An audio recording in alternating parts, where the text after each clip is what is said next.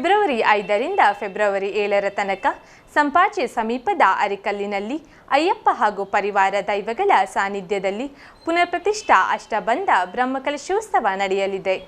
ಸುಳ್ಯ ಸಮೀಪದ ಕೊಡಗು ಸಂಪಾಜೆ ಅರೆಕಲ್ಲು ಅಯ್ಯಪ್ಪ ದೇವಸ್ಥಾನ ಪರಿವಾರ ದೈವದಲ್ಲಿ ಇದೀಗ ಪುನರ್ಪ್ರತಿಷ್ಠಾ ಅಷ್ಟಾಬಂಧನ ಬ್ರಹ್ಮಕಲಶೋತ್ಸವದ ಸಂಭ್ರಮ. ಈ ತಾಣ ಸಂಪಾಜೆ ಸಮೀಪದ ಮಾಣಿ ಮೈಸೂರು ರಾಷ್ಟ್ರೀಯ ಹೆದ್ದಾರಿಯಿಂದ ಸುಮಾರು 9 ಕಿಲೋಮೀಟರ್ ದೂರದಲ್ಲಿ ಹಸಿರವನಸಿರಿಯ ಮಧ್ಯೆ ಕಂಗೊಳಿಸುತ್ತದೆ. ಇದು ಕಾರಣಿಕ ಕ್ಷೇತ್ರವಾಗಿ ಜನರ ಇಷ್ಟಾರ್ಥವನ್ನು ಈಡೇರಿಸುತ್ತಾ ಬಂದಿದೆ. ಫೆಬ್ರವರಿ 5ರಿಂದ ಫೆಬ್ರವರಿ 7ರ ತನಕ ಬ್ರಹ್ಮಶ್ರೀ ವಾಸುದೇವ ತಂತ್ರಿ ಹಾಗೂ ರವಿಶ ತಂತ್ರಿ ಕುಂಟಾರು ಅವರ ಮಾರ್ಗದರ್ಶನದಲ್ಲಿ ವೈಭವದಿಂದ ಬ್ರಹ್ಮಕಲಶೋತ್ಸವ ನಡೆಯಲಿದೆ. ಈಗಾಗಲೇ ವಿವಿಧ ಸಮಿತಿಯರು ಹಾಗೂ ಸ್ಥಳೀಯ ಜನರು ಭಾರೀ ಸಿದ್ಧತೆಯಲ್ಲಿ ತಮ್ಮನ್ನು ತೊಡಗಿಸಿಕೊಂಡಿದ್ದಾರೆ. ಹಗಲು ರಾತ್ರಿ ದುಡಿಯುತ್ತಿದ್ದಾರೆ. ಫೆಬ್ರವರಿ 5ಕ್ಕೆ ತಂತ್ರಿಗಳ ಆಗಮನವಾಗಿ ವಿವಿಧ ವೈದಿಕ ಧಾರ್ಮಿಕ ಸಾಂಸ್ಕೃತಿಕ ಕಾರ್ಯಕ್ರಮ ನಡೆಯಲಿದೆ. ಫೆಬ್ರವರಿ 6ಕ್ಕೆ ವೈದಿಕ ಧಾರ್ಮಿಕ ಭಜನಾ ಕಾರ್ಯಕ್ರಮ ನಡೆಯಲಿದೆ. ಫೆಬ್ರವರಿ 7ರಂದು ಶ್ರೀ ದೇವರ ಪ್ರತಿಷ್ಠೆ, ಪರಿವಾರ ದೇವರ ಪ್ರತಿಷ್ಠೆ, ಬ್ರಹ್ಮಕಲಶಾಭಿಷೇಕ, ಪ್ರತಿಷ್ಠಾ ಬಲಿ, ಮಹಾಪೂಜೆ, ಮಂತ್ರಾಕ್ಷತೆ ಪ್ರಸಾದ ವಿತರಣೆ ನಡೆಯಲಿದೆ. ಬಳಿಕ ಧಾರ್ಮಿಕ ಸಭಾ ಕಾರ್ಯಕ್ರಮ ನಡೆಯಲಿದ್ದು ವಿಧಾನಸಭಾ ಸದಸ್ಯ ಕೆಜಿ ಬೋಪಯ್ಯ ಉದ್ಘಾಟಿಸಲಿದ್ದಾರೆ. ಬ್ರಹ್ಮಕಲಶೋತ್ಸವ ಸಮಿತಿ ಅಧ್ಯಕ್ಷ ಬಿಆರ್ ಶಿವರಾಮ ಅಧ್ಯಕ್ಷತೆ ವಹಿಸಲಿದ್ದಾರೆ. ವೀರಪೇಟೆ ಅರಮೇರಿ ಕಾಳಂಚೇರಿ ಶ್ರೀಕಾಂತ ಮಲ್ಲಿಕಾರ್ಜುನ ಸ್ವಾಮೀಜಿಯವರು ಆಶೀರ್ವಚನ ನೀಡಲಿದ್ದಾರೆ. ರವಿಶ ತಂತ್ರಿಗಳ ಹಿತನುಡಿ ಮಾತನಾಡಲಿದ್ದಾರೆ. ಸುಳ್ಯ ಶಾಸಕ ಅಂಗಾರ ಶಾಂಭಟ್, ಸ್ಥಳೀಯ ಜನಪ್ರತಿನಿಧಿಗಳು ಇತರರು ಸಭೆಯಲ್ಲಿ ಭಾಗವಹಿಸಲಿದ್ದಾರೆ.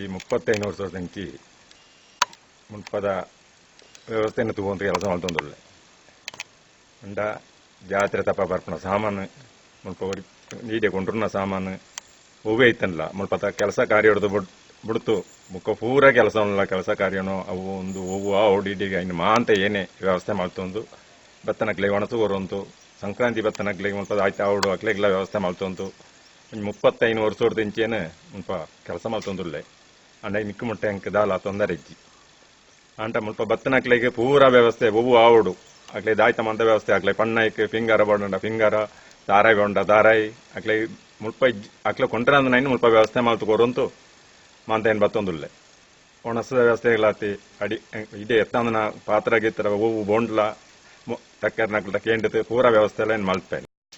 ಇದರ ಜೀರ್ಣೋದ್ಧಾರ ಕಾರ್ಯಕ್ರಮ ಕಳೆದ 8 ವರ್ಷಗಳ ಅವಧಿಯಲ್ಲಿ ಮಾಡ್ತಾ ನಾವೀಗ ಈಗಾಗಲೇ ಈ ತಿಂಗಳ ಅಖೇರಿಗೆ ಪರಿಪೂರ್ಣವಾಗಿ ಆ ಒಂದು ಜೀರ್ಣೋದ್ಧಾರ ಕಾರ್ಯಕ್ರಮ ಮುಗಿತಾ ಇದೆ. ಆಮೇಲೆ ಬ್ರಹ್ಮಕಲಶೋತ್ಸವ ಸಮಿತಿಯನ್ನು ರಚನೆ ಮಾಡಿದ ಪ್ರಕಾರ ಫೆಬ್ರವರಿ 5, 6, 7 ಈ 3 ದಿನಗಳಲ್ಲಿ ಈ ದೇವಸ್ಥಾನದ ಪುನರ್ ಪ್ರತಿಷ್ಠೆ ಮತ್ತು ಅಷ್ಟಬಂಧ ಹಾಗೂ ಬ್ರಹ್ಮಕಲಶೋತ್ಸವವನ್ನು ನೆರವೇರಿಸಲಿಕ್ಕೆ ನಾವಿದ್ದೇವೆ. ಇಲ್ಲಿ ವಿಶೇಷವಾಗಿರ್ತಕ್ಕಂಥದ್ದು ಹೇಳಿದರೆ ಈ ದೇವಸ್ಥಾನದಲ್ಲಿ ಒಂದು ಉದ್ಭವಲಿಂಗ ಈಶ್ವರಂದು, ಮತ್ತೊಂದು ಅಯ್ಯಪ್ಪ ದೇವರು, ಆಮೇಲೆ ಪುರುಷರಾಯ, ಅದು ಬಹುಶಃ ದೈವಿಕ ಶಕ್ತಿ, ಆಮೇಲೆ ಇನ್ನೊಂದು ಪೂವತ್ತಮಾರ್, ಅದು ಕೂಡ ಒಂದು ದೈವಿಕ ಶಕ್ತಿ, ಆಮೇಲೆ ಮೇಧಪಾಂಡ್ಯ. ಈ 5 ಶಕ್ತಿಗಳು ಸೇರಿ ಈ ಒಂದು ಗುಡಿಯಲ್ಲಿ ಆಗ್ತಕ್ಕಂಥದ್ದು. ಇದನ್ನ 5, 6, 7ನೇ ತಾರೀಕಿನಂದು ಈ 5 ಶಕ್ತಿಗಳನ್ನು ಕೂಡ ಇಲ್ಲಿ ಪ್ರತಿಷ್ಠಾಪನೆ ಮಾಡಿ ಬ್ರಹ್ಮಕಲಶೋತ್ಸವ ಆಗಲಿಕ್ಕಿದೆ. ಬ್ರಹ್ಮಕಲಶೋತ್ಸವ ಈ ಕಾರ್ಯಕ್ರಮವನ್ನು ನಾವು ಅತ್ಯಂತ ವೈಭವದಿಂದ ಮಾಡುವ ಉದ್ದೇಶದಿಂದ ಈಗಾಗಲೇ ಸಾಕಷ್ಟು ಕೆಲಸ ಕಾರ್ಯಗಳು ಪ್ರಗತಿಯಲ್ಲಿವೆ.